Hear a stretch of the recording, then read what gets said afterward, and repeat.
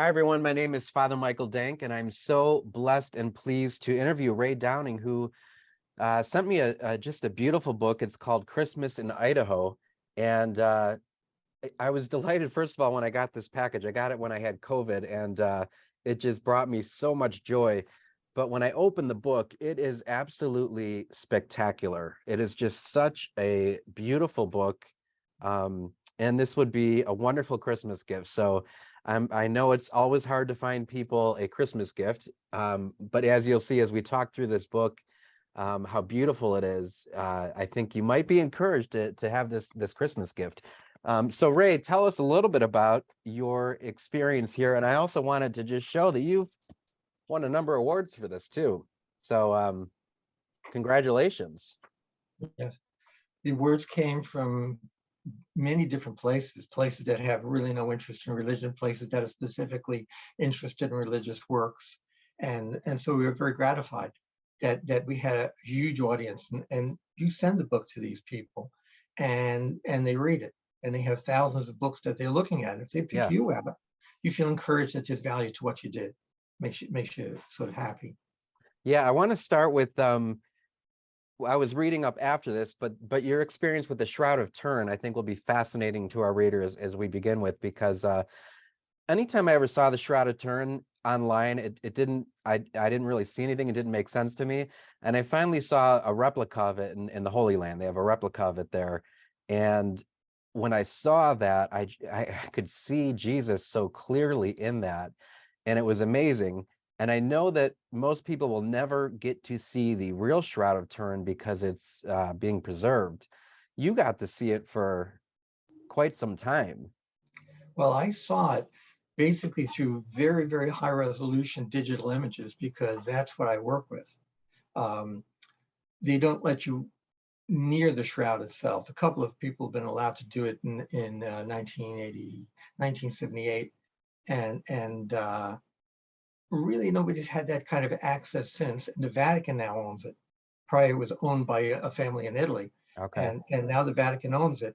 And they've done testing on it themselves. Nothing's been published, but I happen to know that they have tested it since that group of scientists went and did what they call the STIRT team investigation of it. Yeah, and so you did the 3D imagery. I'm now in hindsight realizing, which remember seeing like they had recreated a statue from that, but you're the one that actually did the 3D imagery and kind of composition of that. Yeah, it's sort of a natural fit because I'm a 3D artist. I work in Mhm. 3D computer graphics. I have an Emmy in that for individual achievement in a craft, which is something I'm really proud of because a lot of people are doing it these days. And what happened is I had done a show on Abraham Lincoln where I wanted to have Abraham Lincoln come to life, almost a live again experience, and come to life and walk around the screen. And there was a documentary being made by the History Channel. So I said, this is what I've got. I showed them pictures, the first pictures of Abraham Lincoln taken since his assassination, and him walking down the street and going upstairs and that kind of thing. They loved it.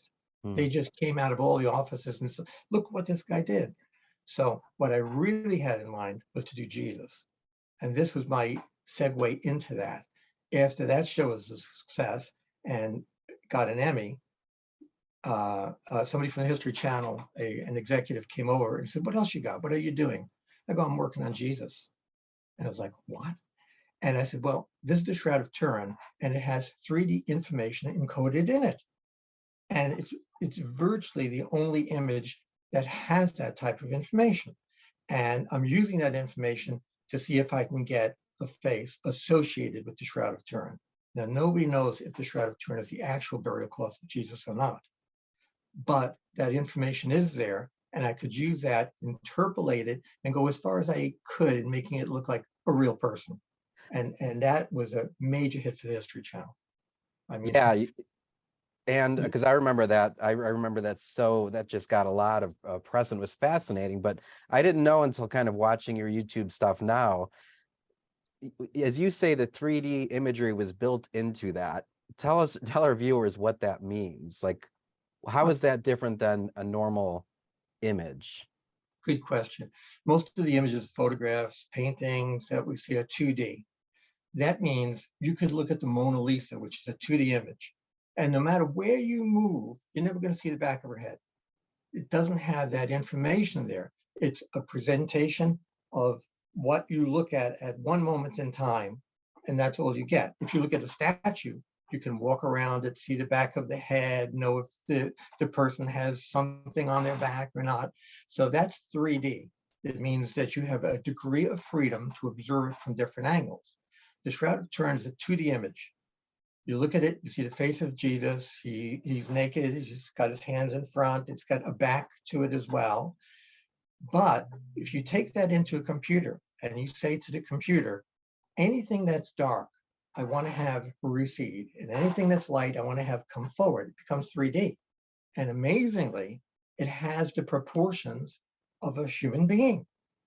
It actually doesn't make nonsense. Photograph will typically just make nonsense. It'll just look awful and distorted.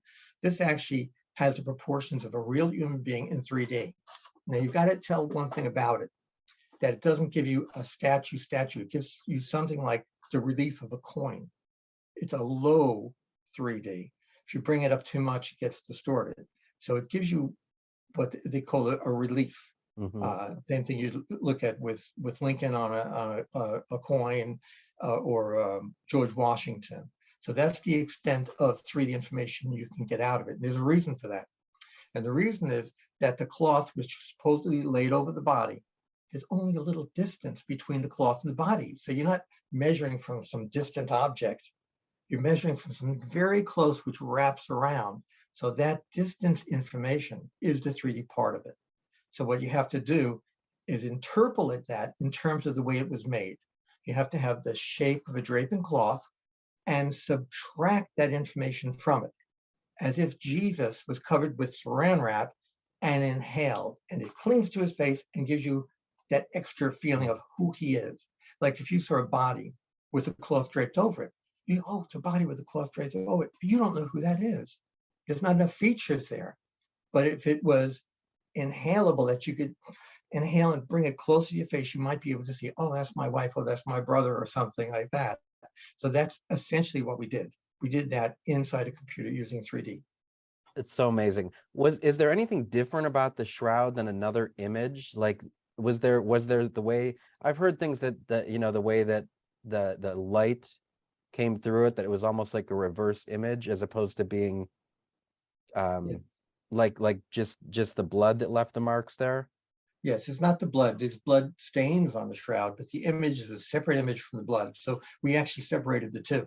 We actually ripped the blood out of the shroud as a separate image, and then the body shape as another image. But what you're referring to is that it has a negative property to it. That, in my opinion, and people make much of that, as if there was some sign of a miracle. Having a negative image is not a sign of any miracles. It just happens to be with how the image came to be on the cloth. But we don't know how it came to be on the cloth. We don't know if it was radiation. We know there's not a lot of paint on it that could make the image, but it's just like the fibers of the image are aged, that they've gotten not quite burnt, but sort of aged by exposure to heat. Much like if you put too much bleach on a cloth, it'll eventually yellow the cloth. And everybody who does laundry knows that over time, white things become more yellow. It's that kind of a thing.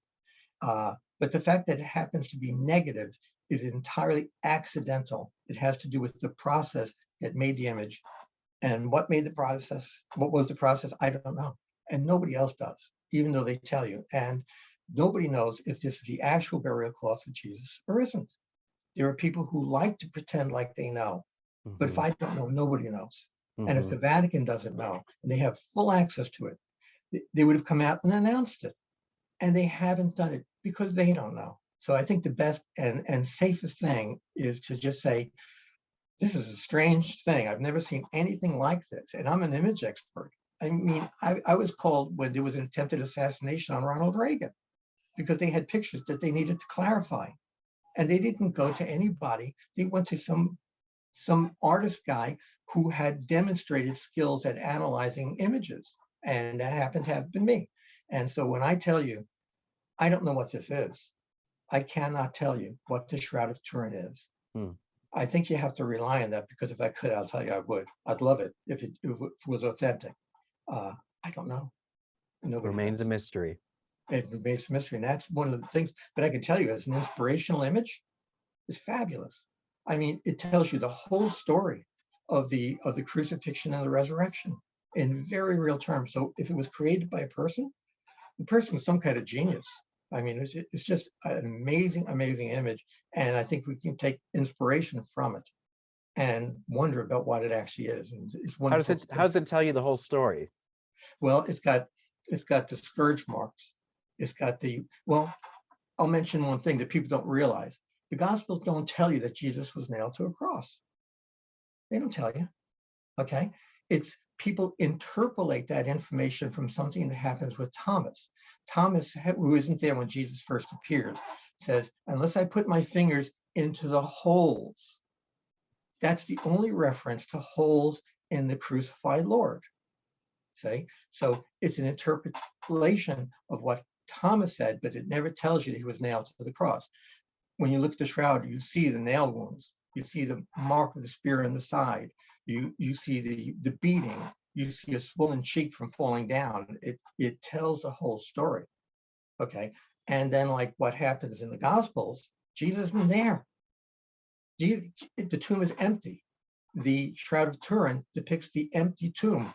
Whose burial shroud is around without the body in it? Where is the body? It's the empty tomb scenario. So it's a very, very beautiful metaphor if it isn't real. And if it is real, it's extraordinary. And the cloth is mentioned in the Gospels because it's what convinces the apostles on Easter morning that something extraordinary had happened.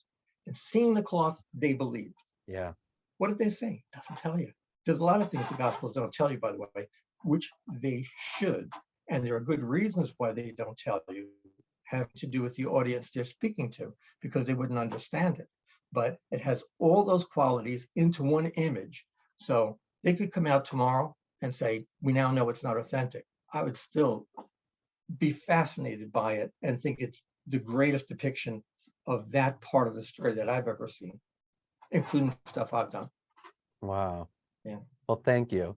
Yeah, you can find more about that online. That's on your website. I know I found Yes. it on YouTube. Yeah, it's on our website. It's on YouTube, raydowning.com. Ray Thank Downing is you. my name. And raydowning.com has all that information and imagery and a lot of the story in the blogs and stuff. Good. Well, we'll move into the other mystery of the incarnation. And we'll talk about, as we go through the book, that you tie this together so beautifully at the end of the book, the incarnation, the birth of Jesus, and also the suffering, death, and resurrection come into this book. So it's a beautiful story. It starts off very with a very kind of traditional Christmassy wonderland that you enter into. So begins with a snowman out inside a children's front yard. And it was interesting that you wrote this because it's so beautiful and poetic. And so when I found out you were a 3D computer imagery artist, usually those two things don't come together. But you definitely are a wonderful illustrator with your words and poetry. Thank you. Thank you. I've been an illustrator my whole life. It's what I've done for a living. And as the technology changed, I was doing egg tempera paintings in the beginning. Yeah. And that's Okay. something that dates back to the pre-Middle Ages. And I mean, there's Roman egg tempera paintings. And as the technology changed and the demands changed, I would change with it and wound up being a 3D computer graphics animator. And animation is different than illustration in that you add time to it. Mm-hmm. So if the illustration stays like it is, that's illustration. When that illustration moves and does stuff, that's animation. And with computers, you can do both from one set of images, from one set of data that you create. So in terms of writing, I got into writing very late as I started doing more video, and people wouldn't know how to write scripts for it. Yeah. So I would go in and write the script and then animate it, and I wound up being the whole thing. And that's what led me to start exploring writing as an outlet. So I just want to read the first paragraph of the foreword. The first snows of winter are the magical ones. The restlessness of dusty autumn gives way to the peaceful tinkle of the first flakes, which drift down and light upon the carpet of dry leaves. The air is filled with the feeling of anticipation, and the season is driven by the winds of inevitability. Christmas is coming, and the earth greets it with snow, covered rooftops and crystal-laced tree boughs. You sense it physically, but deep in the recesses of your consciousness, there is something more, an intangible thing which pulls, then vanishes. There is a feeling, never fully realized, which will fade with the season, be stowed away in the attic and imprisoned in time until the calendar flips to the next December. That was so cool for me to read early on in Advent and just enter into that the wonder. I struggle a lot with darkness, and I probably have seasonal affective disorder where I love the sun. Reading this helped me want to enter into the snow and the season of Christmas. It was such a, from the first paragraph, as I mentioned, that I read, I was entrapped. And as I started to read it, I realized that you had also sent me the CD. So I put the audio CD in, and then I was even more blown away. The narrator that you have is just so good. And the music, this beautiful classic Christmas music, goes along very it's very choreographed to what's happening in the book, and so for me it just totally set the mood of Christmas. And as I say, kind of the traditional nostalgic Christmas that we have, but then it enters into the real reason of Christmas towards the end of it. So tell us about that process of production. Well, one of the things that was driving me is I feel that Christians need to take back Christmas. That it's being lost, it's becoming so secular that the reason for the season, as they say, is gone, and it's anything but Christ. ABC, anything but Christ will go. It can be about your dollar, it can be about a romance, it could be about anything, as long as Christ doesn't come into it. It's almost like they say that they love the fruit, hate the tree. Get rid of them, okay? And my motivation for doing this book is saying, no, I can keep all the good parts, and I can have Christ at the center of it.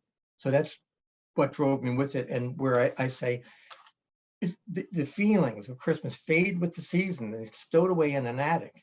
Because when you have a secular Christmas, nothing comes of it. You go in it, you come out of it a little poorer and no better, because something is missing from it. And that's the reason for it. And that's a recent phenomenon.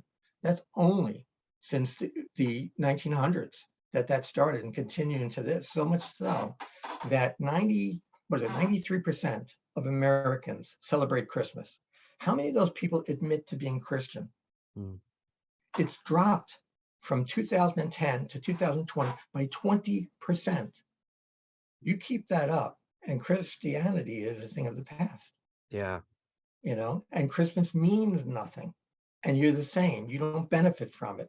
And this is something, Christmas, Christ coming, is of cosmic importance. This is not just an historical event. It's an historical intervention into the history of humanity by a deity, right?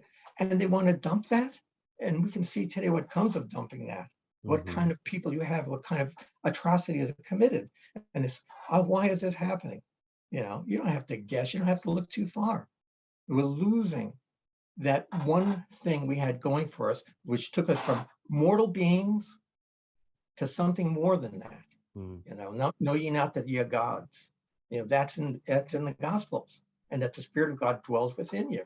Okay, being lost. So my motivation in doing this is I want to keep all the cool stuff, all the good stuff, but I want Christ right back in the middle of it. And so I developed a writing style. I wanted it not to be too descriptive. I wanted to be declarative sentences and understatement, so that the mind fills in the blanks, because that's much more engaging than spelling everything out to people. They participate in the creation of the book as they read it.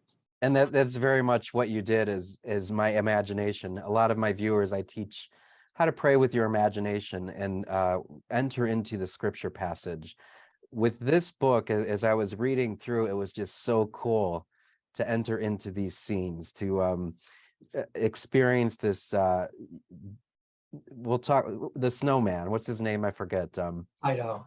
Oh yeah, Idaho, the name of the book. Yeah, because he's given this old potato bag that he has. But the image of him looking into this house and wanting to be part of a family. Um, it was just spectacular to enter into, as I said, the beauty of this. But you use images of angels, of snowmen, of children, all of these things that we associate with kind of the secular Christmas, and they're not. Well, snowmen are, but angels aren't. But you use all of these images that are kind of on our mind in American Christmas. But as you said, as it goes through, you kind of surprise us with Christ at the end. Yes, absolutely. That it all one of the things about the the notion of time is one of the things that goes throughout the book as a subtext because there's great mysteries associated with time. And as it happens with Idaho the snowman, Idaho comes to Christmas as it is now. And he experiences the celebration now, and he has no idea what it's about. So it's backward in time. And then he goes back and along the way discovers what it was about from the beginning. So it's a reverse time story. And that gives it a little extra bit of interest to it because you're seeing it through the eyes of a snowman who doesn't have any yesterdays. He just came into being on Christmas Eve, just like Jesus. Okay, so he's coming from that same position and learning about Jesus, just like Jesus as a baby develops and learns about himself as a man. So there's a neat little tie-in, and we get That's to see it beautiful. new again through the eyes of a snowman. Christmas joy. The night was growing colder, and Idaho's need to know overtook his shy and cautious nature. It must be added that the growling in his stomach and his recollection of the family dinner added impetus to his decision. Idaho found himself slowly lifting the latch and leading into the front door. The door moaned, and carefully, silently, he closed it behind him. The stairway to upstairs was behind him, and just to the side, a short hallway, Idaho could see some light in the room beyond. He was there in an instant and poked his head through the doorway. The Christmas tree glowed in the corner, and flowered couch sat across from it. So we have this beautiful image of the Christmas tree, which again we're all very familiar with, and his encounter with the tree. I don't know if I'm reading into this, but I couldn't help but think of the end when we see the wood of the cross as being tied to the Christmas tree. And so that for me was just a kind of a profound thing. When I look at a Christmas tree now, I will probably think of the cross. Yes, it's a metaphor that I play throughout. It goes from the mullions on the windows. As he's looking through the window, observing this family's Christmas, those cross shapes reflect on him and interfere with his vision to some extent. And then that other tree, the tree beyond it, which is the Christmas tree, when he's just seeing the house from the window there. And then it occurs at the end as well, that connection between the tree and this horrible tree used for this awful purpose of crucifixion play against each other. And it's just part of the imagery and the literary nature of the story. Mm-hmm. I thought this part was really good too for I think anyone that's struggling with loss during this time. So you have a chapter 6 is about the darkness within and him realizing his own mortality as a snowman. And I think this plays into the mystery of the Paschal mystery, the life, death, resurrection of Christ, but also the Paschal mystery of each and every one of our own lives. So talk a little bit about that, dealing with darkness at a time where this is supposed to be joyful. Well, Idaho goes into the house and he experiences Christmas. and all the wonders of the food and the drink, and everything's cool. Everything's wonderful until he opens a book and about Snowman, Frosty the Snowman, and sees that he's mortal. Frosty melts. Idaho didn't even think of that. Okay. Now he realizes no matter how cool and how wonderful, how joyous everything is, that he's mortal. Okay. That's the very problem Jesus was sent for. And people lose track of that. That Jesus' crucifixion and resurrection is a demonstration, it's a scientific demonstration of what is possible. Okay. And it doesn't seem possible. And atheists don't believe it was possible, and believers believe it's possible. So Idaho is now motivated to learn something more about the world around him, his relationship to it, because of his mortality. And that's what should be with us. And the hope, and the only hope, nobody gets out of here alive. I'm fond of saying, nobody gets out of here alive. Okay. There's only one person who survived, and that was Jesus. Unless you're part of that, you're done. And so the hope that comes from Christmas, Jesus coming into the world, is the hope of immortality. And you can't disassociate Christianity from immortality. It's not just don't hit your sister, and be nice. It's something more than that. It's trying to save your own life. And Jesus demonstrated the possibility of that. And there's a connection, by the way, for believers with atheists. There's a real intimate connection. Atheists, no matter what they say, they're not profound philosophical arguments. No matter what they say, they come down to criticizing specific religions, Christianity being a big target. And what they don't say is, it's just impossible. The whole thing is impossible. The miracles are impossible. The resurrection is impossible. Walking on water is impossible. It's all impossible. And that's why we don't believe it. And that's pretty honest. So why do Christians do believe it? Because Jesus demonstrated who he was by doing the impossible. And we believe that that demonstration is sufficient cause to put our faith in him. Okay. So does it come down to, were the evangelists who wrote the Gospels telling the truth or not? Does it just come down to that? Do you have to completely rely on what these folks said? No, you don't, because you can have a personal experience of it. And that's what you bring up with prayer and making a relationship with God.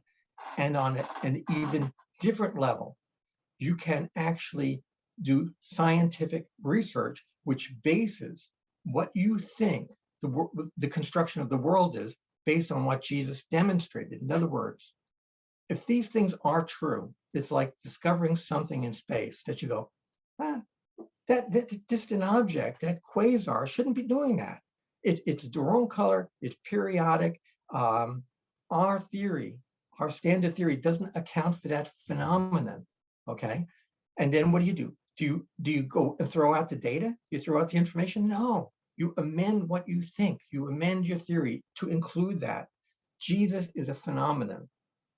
These things happened. And if they happened, they had to be real events, and they were. So if you had scientific tools there and Jesus did one of his miracles, what would the temperature of the person that he cured be before? What would it be after? What would be the blood count on the lady who had an issue of blood? What was her blood count before? What was it after? We don't have those tools, okay?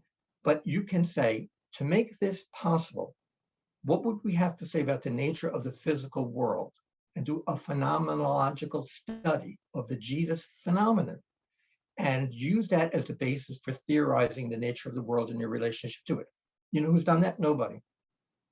Nobody's done it. All the believers, and all the believers who happen to be science, there is not one of them since Kepler, I guess, that actually did that type of study. Okay, it's something I've been working on for the past 40 years. Okay, and I have absolute faith in it, and I think its predictions are real. And that is the second part of this journey. That is going to be a second book as a follow-up to this, which tells you what's under the surface of this book and what I've found. And I have the feeling it's not going to be just written by me. I'm probably going to pull in some of my scientific, which are world-class physicists, by the way, because I've had relationships and conversation with people at the highest level of theoretical physics. And I'm going to invite them to come in and comment. And if they can shoot me down, fine. If they can't, then you have to pay attention to it. I think Christ is pivotal in science, in our lives and in our eventual salvation from death. It's not just salvation from sin, because all of us sin, and you can't help but doing it.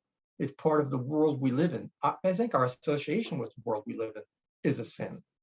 And Jesus is the only one who offers the promise of eternal life. Yeah. And there's part of us that doesn't want to die, you Yeah. know, that Hmm. seed that's within us. It's not like an animal, we anticipate it, we fear it, and we don't want to go along with it. And I certainly don't. Hmm. So Idaho goes on this journey. Once he realizes he's mortal and going to die, he goes on this journey, and while he's walking through the woods, he finds a dead robin. And I think he's even more than confronted with this idea of death. What's the significance of that? Well, the robin is in the Christmas mythology because of the red chest. And people invent stories about how Robin was there at the time of the crucifixion and that. So I felt it was a nice thing to keep that kind of imagery within the book. But it shows you that Idaho is learning from his experience in the world, and he's starting to believe in his mortality. He Hmm. read it in a book about Frosty the Snowman. Now he's seen it. Okay, that bird is dead, and its feathers are just randomly moving in the breezes, and it's limp. Its head is broken, and now there's no question. Idaho knows that what he read and what he's seen is true, but what he hasn't seen is somebody overcome that. Right. So that's what we were just talking about. Yeah, and I think that this part really hit me for people that may be grieving the loss of a loved one, and how to process that at a time where um, sentiments are so heightened.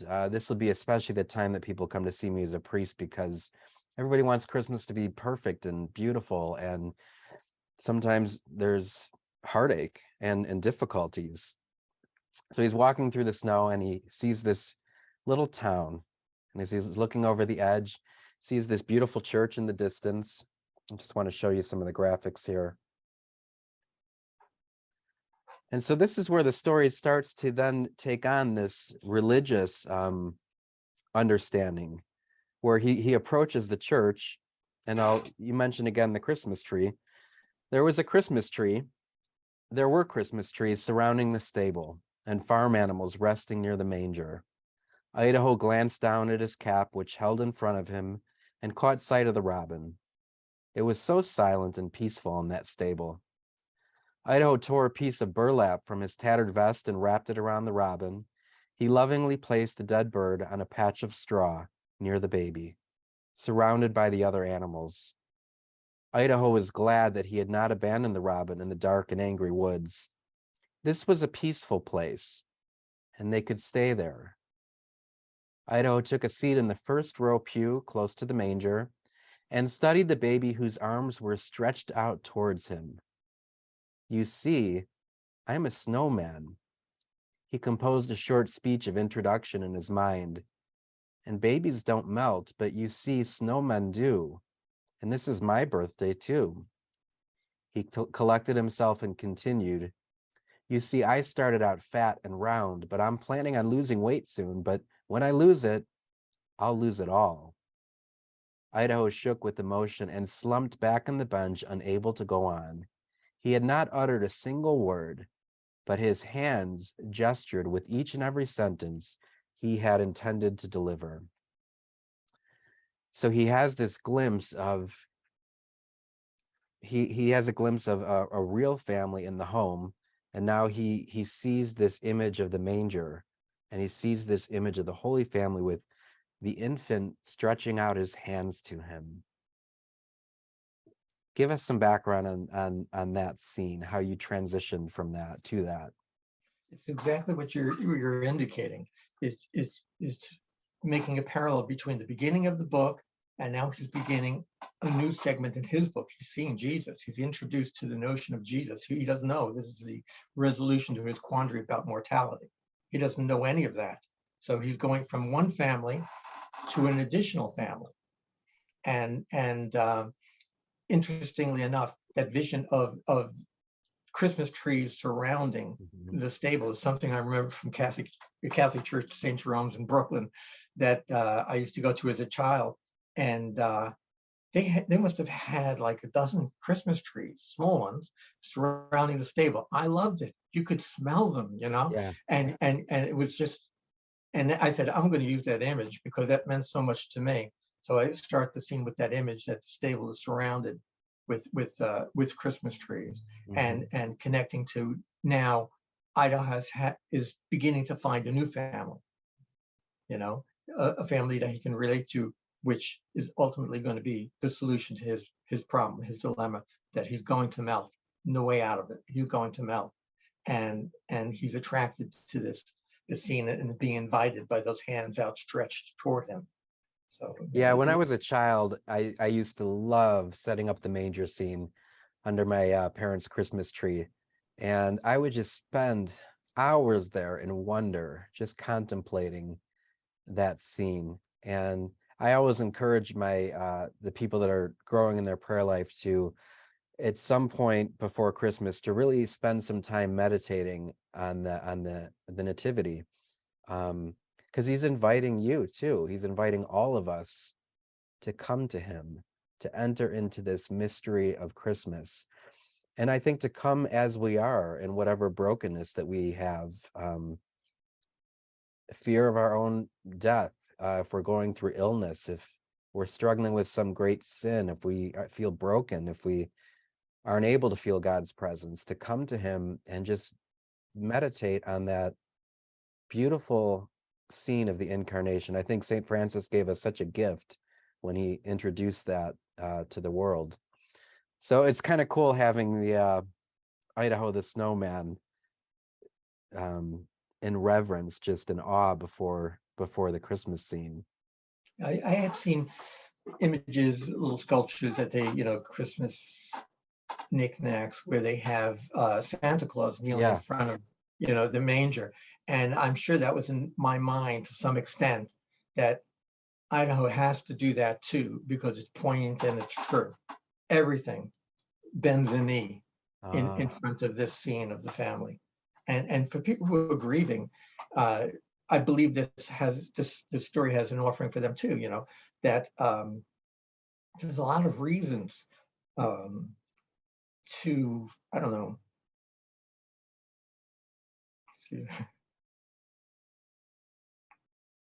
to not want to participate in Christmas. Uh,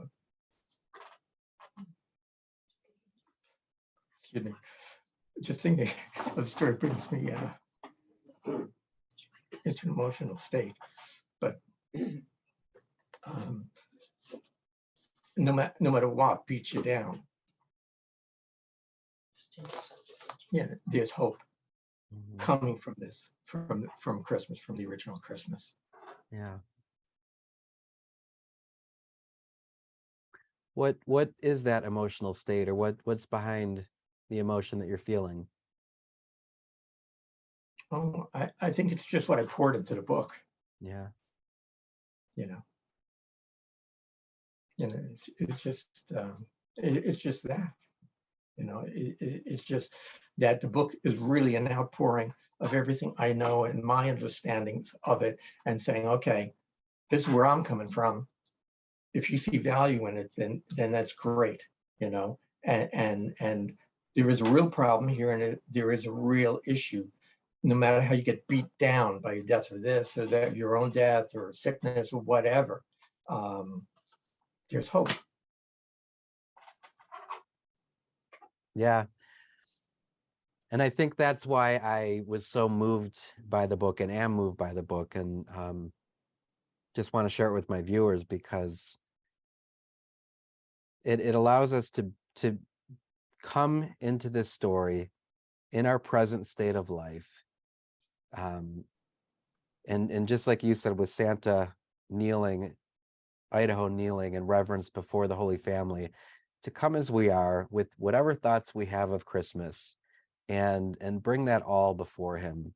And when we come to him and discover that mystery of God becoming flesh and the incarnation, giving us this child, giving himself to us as this child, a child that will never hurt you, a child that just wants to receive you. Um, there's such a warmth and a safety there that dispels all the darkness and all the suffering and all the difficulty. But as he's gazing upon this nativity scene so beautifully, he notices something behind it. So this chapter is called The Deadly Silence. The snowman's eyes set steadily on the stable, and for the first time he noticed the angel who hovered above it. Idaho was glad to see its graceful female form again, and his mind recalled the tree in the house where the children lived. Then, just for a moment, Idaho's weary mind got the impression he was back at the children's house, seeing that window with its wooden mullions, crisscrossing his field of view, and seeing the tree. It seemed like it was there just behind the stable and the church wall. Idaho was mistaken, and as his vision refocused on that back wall, Idaho realized he was seeing a tree, but it was not a Christmas tree. It was a tree fashioned by the hand of a man, a hideous mullion upon which a young man was hung. 2 iron nails were driven through his hands to the accursed wooden horizontal axis, and another nail pierced his feet, holding them to the vertical member. The young man's eyes were fixed upon Idaho, and Idaho felt a lump in his throat as he stared back. Idaho's heart owned such a sorrow that when he thought it would break. This was what had become of that infant, loved and adored at birth. Stripped and affixed to a cross, unable to detach himself, and murdered. Idaho's mind went blank. He could barely see, and yet somehow he found his way to the foot of the cross.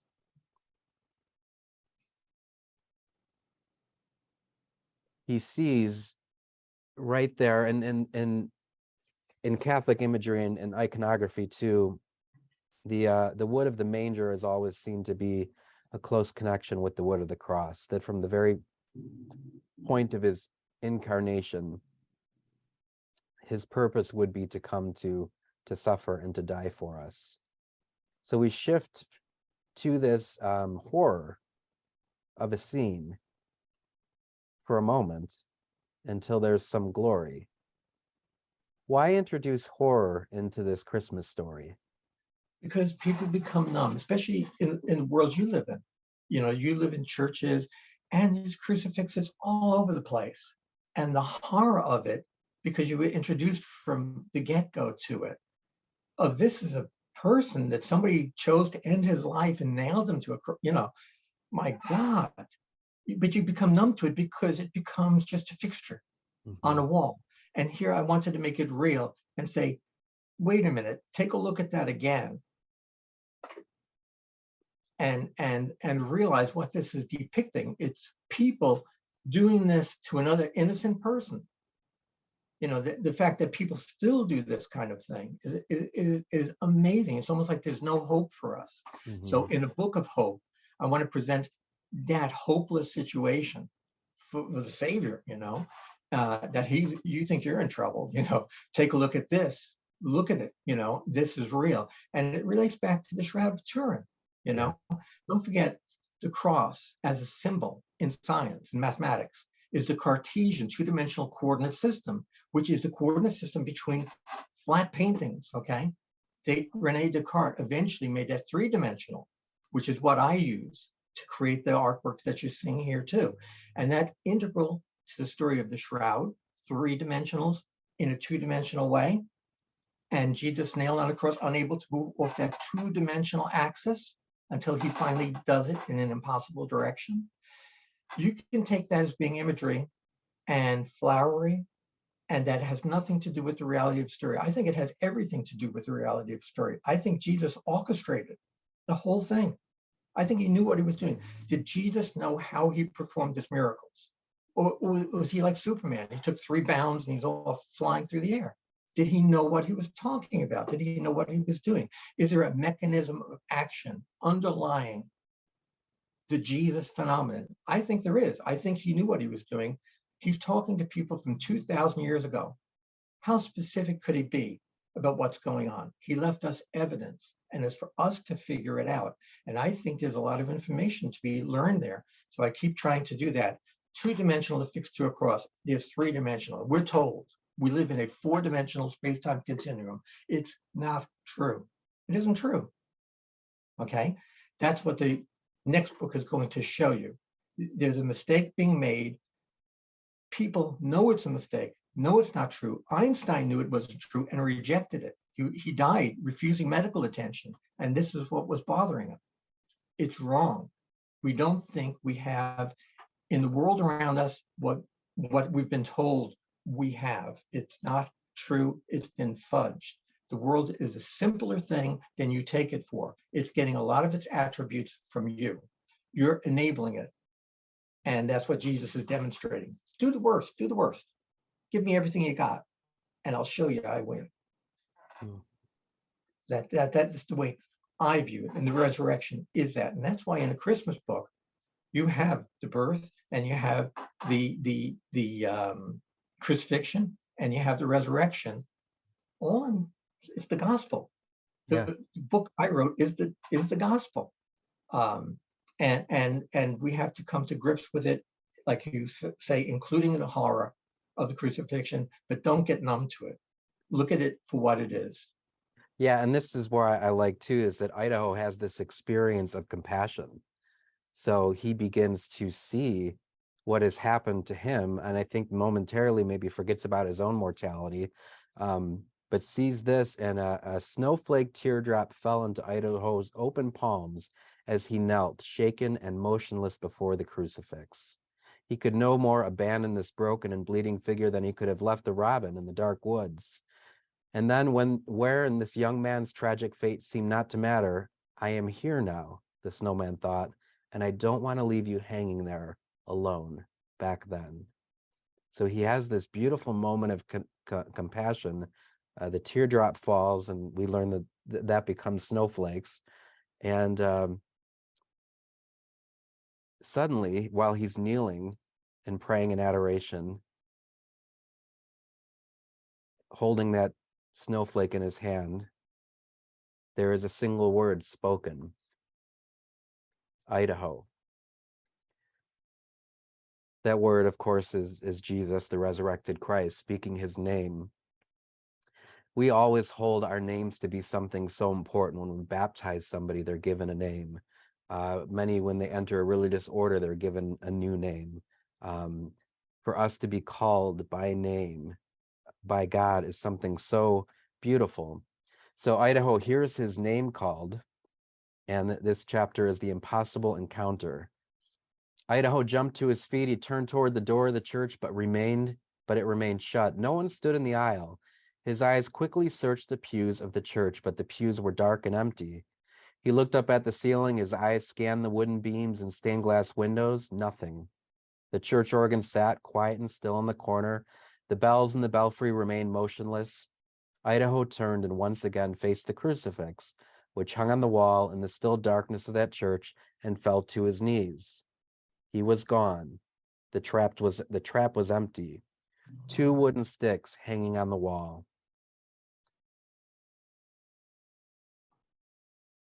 He hears his name again, Idaho. Idaho's lips tremble, and he was about to cry when he felt two hands take hold of his hands and lift him to his feet, as if by a gentle breeze. Idaho could see bloody holes in the wrists of those hands where the skin was torn and bruised. Idaho momentarily glanced back at the empty cross. In his mind, the wonders, joys, and terrors of that night had all collided and distilled into this single impossible moment. In bewilderment, the snowman's gaze turned once again to the figure. The slowly eyes drifted upward, and for the first time, he beheld that face. So we have this image of Jesus now coming to Idaho in the resurrected form. And now all of these sweeping different emotions that he's had, the warmth of the family, the nativity, the robin, the suffering, the seeing Christ crucified, all of a sudden there's this clarity of Jesus's face. And spontaneously, Idaho reaches out his stout arms to embrace the young man, and miraculously, he did. So we have this image of this embrace as the two come together. And what I think is so beautiful is that Idaho melts away into Jesus, into that embrace, and the two become one. Very much a mystical experience of the incarnation, that Jesus wants to become one in our flesh, to take upon all of our sorrows, our struggles, and also lead us into this Paschal mystery ourselves, where we enter into this story of his birth, suffering, death, resurrection. So powerful. Yes, I think the point I'm trying to drive home there is there's one survivor. There's only one, right? There's no other way.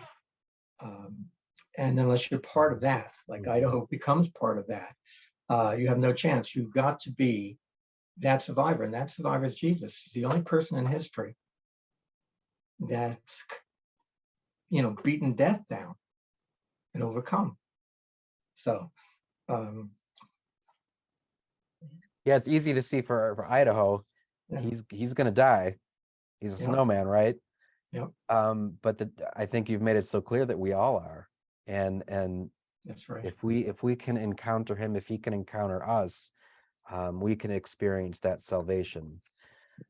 So wonderful book again. Thank you so much. Anything else you wanted to say to our viewers? No, just if you can think of it, buy the book. It's in several forms. You can buy it as an audio book, and you can buy it as the hardcover, which is really the best. It has an audio CD included It's in so it. beautiful. Yeah. And I hope you take a chance and buy it. Yeah, this is the book itself is beautiful, the story is beautiful, the illustrations are beautiful, the audio CD, I mean, it just kept getting better and better for me. It really was like Christmas. It was just a great Christmas gift for me. So it is a story that I love. It continues to, I can't get it out of my mind. I just keep thinking about it and entering back into it, and it's really kind of brought a lot of mystery to my season of Advent. So I want to thank you personally for this book. Well, thank you. It's very encouraging, and to know somebody who's got some depth to them and can appreciate what I put into it. I mean, Yeah. that's really cool. Good. Well, thank you. Again, Ray Downing, you can visit him online, learn more about Christmas in Idaho. You can order the book there as well. And yeah, check it out. Get the book for sure. Get it quickly so you can get it in time for Christmas. And it could be your Christmas gift to everybody that you know. So thank you so much, Ray, for your time. I really appreciate it. Thank you for the wonderful gift that you have given to me and to all of us. And I look forward to what more is to come with you. Thank you, Father Michael. Would Thank you you very mind if much. I gave you and my viewers a blessing? Please. The Lord be with you. Heavenly Father, we bless everybody that watches this, that they may be drawn into the mystery of your suffering, death, resurrection, and that this may truly be a wonderful Advent season of longing and waiting, and a beautiful Christmas where they will be consoled that you have given us a Savior. May Almighty God bless all of you, the Father and the Son and the Holy Spirit. Amen.